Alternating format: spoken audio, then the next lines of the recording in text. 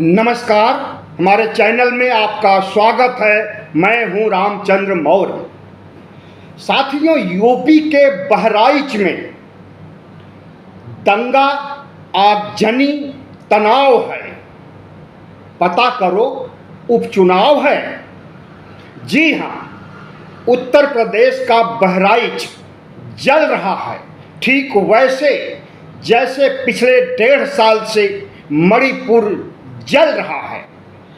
मणिपुर में ईसाई आदिवासियों के साथ झुलस रहे हैं और उत्तर प्रदेश के बहराइच में हिंदू मुस्लिम ध्रुवीकरण करके उपचुनाव जीतने की कोशिश की जा रही है। आज हम इसी पर चर्चा करेंगे और हादसे दंगे की तह तक जाएंगे और आपको बताएंगे कि दंगे का मुख्य आरोपी, दंगा कराने वाला कौन है और क्यों दंगे करा रहा है।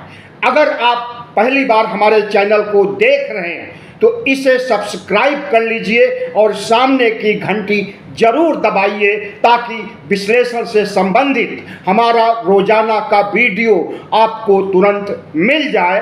धन्यवाद। साथियों, उत्तर प्रदेश के बहराइच में पिछले लगभग 10 दिनों से जिस तरह से हिंदू मुस्लिम ध्रुवीकरण करके उपचुनाव जीतने के लिए भारतीय जनता पार्टी एड़ी चोटी का प्रयास कर रही है, क्या इससे उपचुनाव जीत सकेगी? हिंदू मुस्लिम ध्रुवीकरण कर सकेगी? 80-20 का खेला कर सकेगी? जैसा कि 2022 के विधानसभा चुनाव में 80-20 का खेला किया था। आपको हम याद दिला दें कि अभी बहुत दिन नहीं हुआ, करीब 3 महीने बीते हैं लोकसभा चुनाव संपन्न हुए। उसमें हिंदुत्व और राम का मुद्दा, धर्म का मुद्दा काम नहीं आया। इस देश के, इस प्रदेश के लोगों को पता चल गया है कि भारतीय जनता पार्टी किस तरह से भावनाओं को उभार कर, संवेदनाओं को उभार कर और समाज में दरार पैदा करके हिंदू मुस्लिम का खेला खेलती है और किस तरह से चुनाव जीतती है। उसके इन मंसूबों पर लोकसभा चुनाव में उत्तर प्रदेश की जनता ने पलीता लगा दिया। इसके बावजूद भारतीय जनता पार्टी अगर बहराइच में और बहराइच के आसपास जिले या यूं कहें कि पूरे उत्तर प्रदेश में हिंदू मुस्लिम करके 80-20 का खेला खेल करके अगर भारतीय जनता पार्टी उपचुनाव जीतना चाहती है तो लोकसभा चुनाव की तरह उसे मुंह की खानी पड़ेगी। हादसा हुए, दंगा हुए कई दिन बीत चुके हैं और अब असलियत का पता चल गया है कि दंगा किसने कराया और क्यों कराया। दंगा भारतीय जनता पार्टी ने कराया और यह खुलासा किसी और ने नहीं बल्कि भारतीय जनता पार्टी के एक विधायक सुरेश्वर सिंह ने किया है और उन्होंने भारतीय जनता पार्टी के साथ कार्यकर्ताओं, नेताओं के खिलाफ FIR भी दर्ज कराया। दैनिक भास्कर अखबार ने एक वीडियो प्रकाशित किया है, YouTube पर भी डाला है और स्टिंग ऑपरेशन किया है। उस स्टिंग ऑपरेशन में 2 युवक कबूल कर रहे हैं कि उन्हें दंगा भड़काने के लिए पुलिस ने कहा और पुलिस ने यह भी कहा कि 2 घंटे के लिए हम हट जाएंगे और तुम अपना काम कर लेना। पूरे बहराइच में, महाराजगंज में आगजनी, तोड़फोड़, दंगा करने की छूट पुलिस ने दिया। और पुलिस को यह करने की छूट किसने दिया? जाहिर है कि आप समझ गए होंगे, उन्होंने ही दिया जो कहते हैं कटोगे तो बटोगे, जिनकी सोच ही आपराधिक पृष्ठभूमि से निकलती है और 24 घंटे वह आपराधिक मानसिकता और आपराधिक मानसिकता को अंजाम देने की सोच में डूबे रहते हैं। कटोगे तो मरोगे, बटोगे तो कटोगे, कटोगे मरोगे, ठोक दूंगा, मिट्टी में मिला दूंगा, इस तरह से पता नहीं कितने डायलॉग उत्तर प्रदेश के मुख्यमंत्री योगी आदित्यनाथ ने दिया है तमाम सभा सम्मेलनों में, जिसे आपने भी सुना होगा। तो जिस प्रदेश के मुख्यमंत्री की ऐसी भाषा हो, ऐसी सोच हो, और जो भारतीय जनता पार्टी अपराधों में पली बढ़ी हो, अपराधों से पैदा हुई हो, हम आरएसएस की बात कर रहे हैं। आरएसएस के गर्भ से पैदा हुई है भारतीय जनता पार्टी, और आरएसएस एक ऐसा संगठन है जो सांस्कृतिक संगठन, राजनीतिक संगठन नहीं, बल्कि आपराधिक संगठन, आतंकी संगठन माना जाता है इस देश में भी और दुनिया में भी। भारतीय जनता पार्टी जब उसके गर्भ से पैदा होती है, अप्रैल 1980 में भारतीय जनता पार्टी का गठन किया जाता है, तो शुरू से उसकी सोच सांप्रदायिक सोच थी। हिंदू मुस्लिम को बांटो और राज करो, उसकी सोच थी, और उसी सोच ने उसे आज इस मुकाम तक बढ़ाया कि तमाम राज्यों में, लगभग 21 राज्यों में भारतीय जनता पार्टी छाई हुई है, और केंद्र में भी उसकी तीसरी बार लंगड़ी लूली ही सही सरकार तो है ही, बैसाखियों की सरकार है, और ये बैसाखियां कब तक काम आएंगी कुछ नहीं कहा जा सकता। जिस तरह से आपराधिक मानसिकता को उत्तर प्रदेश में पैदा किया जा रहा है और हादसे दंगे कराए जा रहे हैं, मुसलमानों के खिलाफ उन्हें खत्म कर देने का अभियान चलाया जा रहा है, हमें लगता है कि इससे भारतीय जनता पार्टी को जीत नहीं मिलने वाली है, क्योंकि अब मतदाताओं की तीसरी आंख खुल चुकी है, उनके अंदर समझदारी आ चुकी है। लोकसभा चुनाव के दौरान प्रधानमंत्री नरेंद्र मोदी वाराणसी पहुंचते हैं और वाराणसी के एक घाट पर जाकर के बीच गंगा में एक मुस्लिम पत्रकार को इंटरव्यू देते हुए कहते हैं कि हमने हिंदू मुस्लिम ध्रुवीकरण कभी नहीं किया है, 80-20 का खेला कभी नहीं खेला है, और अगर मैं ऐसा करूं तो मैं सार्वजनिक जीवन के काबिल नहीं रह जाऊंगा। लेकिन उसके दूसरे दिन जाते हैं सभा सम्मेलन में प्रचार करने के लिए भारतीय जनता पार्टी का, तो मंगलसूत्र छीन लिया जाएगा, भैंस खोल ली जाएगी, विपक्ष के लोग मुजरा करेंगे, ऐसे तमाम शब्द बोलते हैं, हेट स्पीच देते हैं, जो कि एक प्रधानमंत्री के मुंह से ऐसी बातें शोभा नहीं देती। प्रधानमंत्री अगर ऐसी हेट स्पीच देते हैं तो इससे किसी न किसी तरह से लोकतंत्र और संविधान शर्मसार होता है, और अगर लोकतंत्र शर्मसार होता है तो इस देश की जनता भी शर्मसार होती है, और ऐसे शर्मसार होने के अनेकों मौके आ चुके हैं और आएंगे। जिस तरह से बहराइच में घटना को अंजाम दिया गया, दुर्गा की मूर्ति का विसर्जन करने के लिए जुलूस की शक्ल में ले जाया गया, मुस्लिम बाहुल्य क्षेत्रों मस्जिदों के सामने से जुलूस ले जाया गया, और मुस्लिमों के घरों के सामने डीजे पर जुलूस में मां बहन की गालियों के गाने चलाए गए, मुस्लिम लोगों के मां बहन को गालियां दी गई गानों के द्वारा, पुलिस मूक दर्शक बनी रही और पुलिस बलवाई हो जाती है।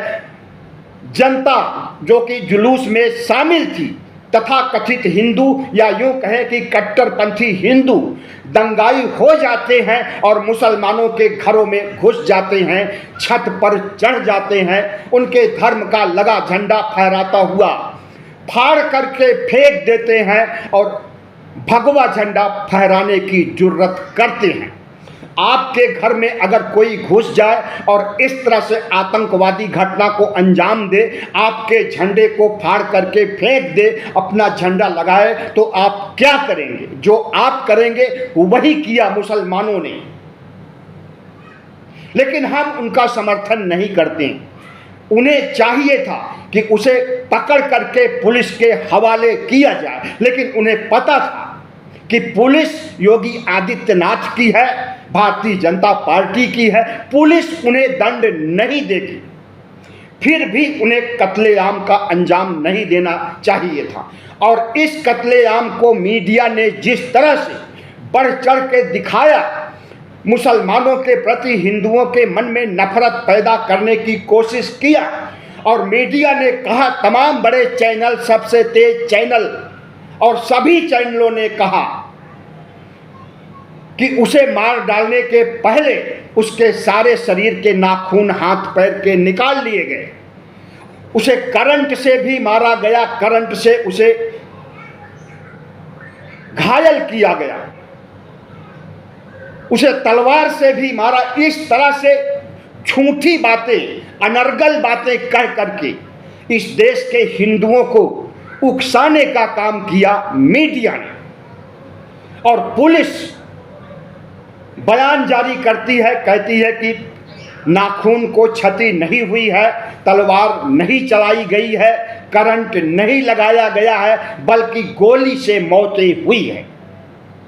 राम गोपाल मिश्र नाम था उस युवक का, जो चढ़ गया था अटारी पर और झंडा फहराता हुआ मुस्लिम का झंडा फाड़ करके भगवा झंडा फहराने की जुर्रत किया था। चूंकि वह हिंदू था, इसलिए उसके खिलाफ में पूरे महाराजगंज बहराइच को आग में झोंकने का काम भारतीय जनता पार्टी ने किया, अपने कार्यकर्ताओं और कुछ कट्टरपंथी हिंदू संगठनों को साथ में लेकर के। हमें लगता है कि भारतीय जनता पार्टी के दिन पूरे हो गए हैं, क्योंकि ऐसी कार्रवाई हिंदू मुस्लिम के खिलाफ शोभा नहीं देती है किसी राजनीतिक पार्टी को, और ऐसी पार्टी को जो अपने को दुनिया की नंबर 1 पार्टी कहती है। अभी थोड़े समय पहले एक हाई कोर्ट ने कहा कि अगर हिंदू लोग जाकर के मस्जिदों में जय श्री राम कहें तो इसमें कोई बुराई नहीं है। पुलिस प्रशासन सरकार तो अत्याचार मुसलमानों पर कर ही रही है, अब अदालतों ने भी अत्याचार करना शुरू कर दिया। अगर वही मुस्लिम किसी हिंदू मंदिर में घुसकर अल्लाहो अकबर का नारा लगाते हैं तो हम उस जज से पूछते हैं हाई कोर्ट के कि क्या बुरा नहीं लगेगा, क्या दंगे नहीं भड़केंगे, क्या मुसलमानों का कत्लेआम नहीं होगा? तो एक हाई कोर्ट का जज ऐसा क्यों कहता है? हाई कोर्ट के जज का कहने का मतलब कि जाओ और मंदिर मस्जिदों में जय श्री राम के नारे लगाओ, क्योंकि कुछ भी अनुचित नहीं होता है। तो ऐसी सोच आज हमारे हाई कोर्ट के जजों की हो गई है, और तो और हमारे सुप्रीम कोर्ट के चीफ जस्टिस ऑफ इंडिया की भी 2 दिन पहले का बयान आपने सुना होगा तो रोंगटे खड़े हो जाएंगे। उन्होंने कहा कि राम ईश्वर से हमारा सीधा कनेक्शन था, और राम ने जो हमें आज्ञा दिया, सलाह दिया, हिदायत दिया, उसी के आधार पर मैंने अयोध्या मामले का निपटारा किया, फैसला सुनाया। तो इस देश के सियासत में, इस देश की न्यायपालिका में, इस देश की तमाम डबल इंजन सरकारों में हमें लगता है कि ऐसा अंडर करंट लग गया है जिससे वह बौखला गया है, और भारतीय जनता पार्टी का राज कायम रखने के लिए सब के सब, चाहे न्यायपालिका हो, चाहे पुलिस प्रशासन हो, चाहे मीडिया हो, हर तंत्र सक्रिय हो गया है, क्योंकि भारतीय जनता पार्टी को अपनी डूबती हुई नैया दिखाई दे रही है। अब भारतीय जनता पार्टी की सरकार जो केंद्र में काम कर रही है, कब चली जाए, कब गिर जाए, कब मध्यावधि चुनाव हो, कुछ नहीं कहा जा सकता। लेकिन जिस तरह से हिंदू मुस्लिम करके दंगे भड़काए जा रहे हैं और जिस तरह से दुर्गा विसर्जन मूर्तियों को ले जाते समय दंगे भड़काए जा रहे हैं, गालियों से संबंधित डीजे बजाए जा रहे हैं, 80-20 का खेला खेलने के लिए, मुसलमानों का कत्लेआम करने के लिए जिस तरह से कार्रवाई हो रही है। आपको हम बता दें कि महाराजगंज के उस सड़क पर जहां पर यह घटना हुई है, लगभग 100 घर हैं। और मैं ये नहीं कह रहा हूं, उत्तर प्रदेश का हाई कोर्ट इलाहाबाद कह रहा है 100 घर हैं, उसमें हिंदू भी हैं, मुस्लिम भी हैं, लगभग बराबर हैं। उन सभी घरों के नक्शे एक जैसे हैं। उसमें से सिर्फ 23 घरों को लिया गया, जिसमें से 20 घर मुसलमानों के हैं, 3 घर हिंदुओं के हैं। उन घरों के ऊपर नोटिस चस्पा कर दी गई है लोक निर्माण विभाग के द्वारा कि अपने घरों से सामान निकाल लीजिए और इन पर बुलडोजर चलने वाला है। वे बेचारे भागे भागे सुप्रीम कोर्ट गए, हाई कोर्ट गए। हाई कोर्ट ने आदेश दिया कि 15 दिन तक, तुरंत आदेश दिया कि 15 दिन तक कोई भी कार्रवाई घरों पर नहीं होगी। आज सुप्रीम कोर्ट के जस्टिस गवई ने कहा कि अगर चिन्हित किए गए 23 मकानों पर बुलडोजर चलेगा तो वह उनका अपना रिस्क होगा। बहुत सहज और कठिन शब्दों में सुप्रीम कोर्ट ने योगी आदित्यनाथ को आगाह कर दिया है और यह भी याद दिलाया है कि सुप्रीम कोर्ट ने बुलडोजर कार्रवाई पर रोक लगा रखी है। लेकिन इस रोक के बावजूद भी बुलडोजर चले हैं और यहां पर भी चल जाते अगर हाई कोर्ट ने संज्ञान नहीं लिया होता, सुप्रीम कोर्ट ने आज डांट नहीं पिलाई होती। लेकिन जैसा कि मैंने कहा कि पूरी व्यवस्था में जहर घुल गया है। वह व्यवस्था पूरा लोकतंत्र समझ लीजिए। लोकतंत्र के चारों पायदान, चारों खंभे भगवामय हो गए हैं और उसे भगवामय बनाए रखने के लिए हिंदू मुस्लिम ध्रुवीकरण कर रहे हैं और हिंदुओं के बीच भी बंटवारा कर रहे हैं। क्योंकि राहुल गांधी ने एक ऐसा प्रश्न छेड़ दिया है ओबीसी जनगणना और ओबीसी हक अधिकार का, जिससे प्रधानमंत्री नरेंद्र मोदी बुरी तरह से तिल मिलाए हुए हैं और अब उन्हें सूझ नहीं रहा है कि कौन सा रास्ता अपनाएं, कौन सा ब्रह्मास्त्र चलाएं जिससे कि ओबीसी कार्ड ध्वस्त हो जाए। उसी कार्ड को अंजाम देने के लिए हिंदू मुस्लिम दंगा पूरे देश में भड़काए जाने की प्लानिंग है। और अगर भारतीय जनता पार्टी के लोग ही भारतीय जनता पार्टी पर निशाना साध रहे हैं, भारतीय जनता पार्टी के कार्यकर्ताओं पर उंगली उठा रहे हैं, उनके खिलाफ एफआईआर करा रहे हैं, मुकदमे दर्ज करा रहे हैं, तो इससे बड़ा दुर्भाग्य और क्या हो सकता है भारतीय जनता पार्टी के लिए। उत्तर प्रदेश के पूर्व मुख्यमंत्री अखिलेश यादव ने निशाना साधा है और दैनिक भास्कर के वीडियो और कटिंग को, अखबार की कटिंग को ट्वीट करते हुए कहा है कि दंगा भड़काने, आग लगाने, आगजनी कराने का काम भारतीय जनता पार्टी ने किया। बुरी तरह से बौखलाई हुई है योगी की सरकार और बुरी तरह से बौखलाई हुई है मोदी की सरकार, क्योंकि खुलासा कुछ चुनिंदा मीडिया, यूट्यूब चैनलों और अखिलेश यादव ने कर दिया है कि भारतीय जनता पार्टी चुनाव जीतने के लिए किसी भी निचले स्तर तक गिर सकती है और पहली बार नहीं, अनेकों बार निचले स्तर तक गिर चुकी है और आज भी यही देखने में आ रहा है कि निचले स्तर तक गिर चुकी है। मणिपुर 1.5 साल से जल रहा है। मणिपुर के माताओं बहनों के साथ कितना बड़ा अत्याचार, कितना बड़ा बलात्कार का हादसा अंजाम दिया गया, इसे आपने पिछले साल देखा हो। किस तरह से युवती को नंगा करके घुमाया गया, उसके गुप्तांगों में उंगली डालते हुए कैमरे के सामने दिखाया गया और पूरा देश ही नहीं पूरी दुनिया देख करके शर्मसार हो गई है। हम प्रधानमंत्री नरेंद्र मोदी, मुख्यमंत्री योगी आदित्यनाथ से सवाल करना चाहते हैं कि क्या आप पूरे भारत को मणिपुर बनाना चाहते हैं? जिस तरह से मणिपुर ने पूरे देश नहीं पूरी दुनिया को शर्मसार किया, क्या उत्तर प्रदेश और बाकी डबल इंजन के राज्य भी उसी रास्ते पर चलेंगे और उसी तरह से घिनौने कार्य करेंगे? जाहिर है कि प्रधानमंत्री मुख्यमंत्री का कोई उत्तर नहीं आएगा, और उनका उत्तर आएगा भी तो क्या आएगा आप समझ सकते हैं। सीबीआई, ईडी, आईटी किसी को भेज करके, पुलिस को भेज करके हमें भी गिरफ्तार कराया जा सकता है, और हमारे जैसे पता नहीं कितने लोगों को गिरफ्तार किया गया है और जेल के शीशों के पीछे अभी भी बंद हैं। तो यह सरकार अपराधियों को नहीं सजा देती है, निरपराध को सजा देती है। वो चाहे नेता हो, चाहे सामाजिक कार्यकर्ता हो, चाहे पत्रकार हो, चाहे बुद्धिजीवी हैं।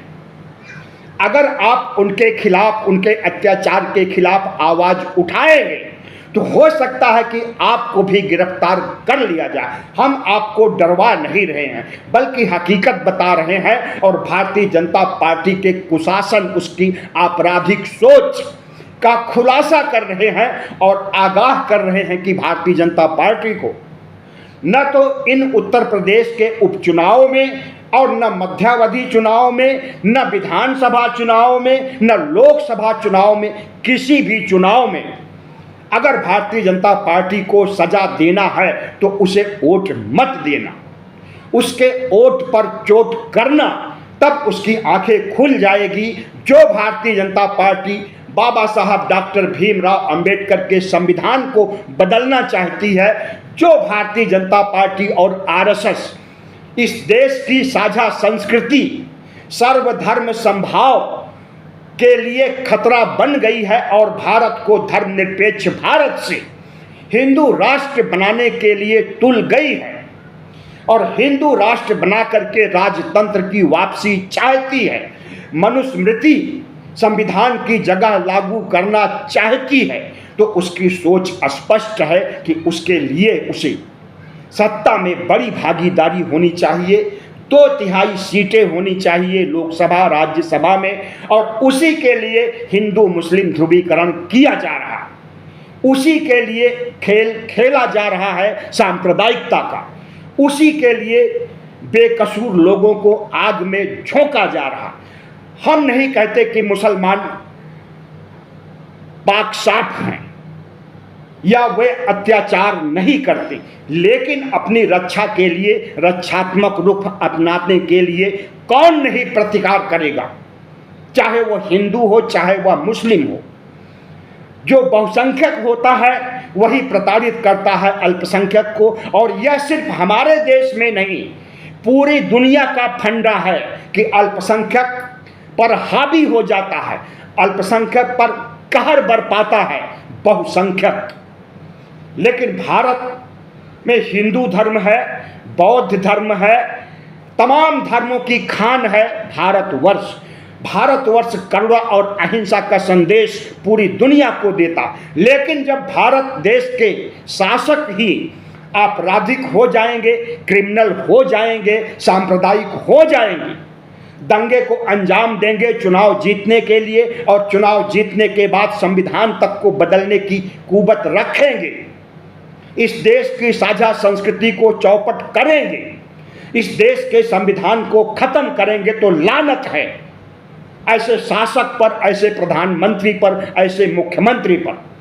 हमें खास करके ओबीसी, एससी, एसटी के लोगों को आंखें खोलनी होगी और देखना होगा, सोचना होगा, समझना होगा कि हम कैसे बच सकते हैं, हमारा संविधान कैसे बच सकता है और हमारा राष्ट्र कैसे बच सकता है। आप इन प्रश्नों का जवाब अपने अंदर तलाश करना शुरू करेंगे तो निश्चित ही इसका जवाब मिलेगा और भारतीय जनता पार्टी की चूल्हे उखाड़ने, उसकी नींव खोद करके भारत मुक्त करने की प्रेरणा अंदर से आपको जरूर मिलेगी। बहुत बहुत धन्यवाद। हमारे चैनल को सब्सक्राइब कीजिएगा, लाइक कीजिएगा और शेयर कीजिएगा।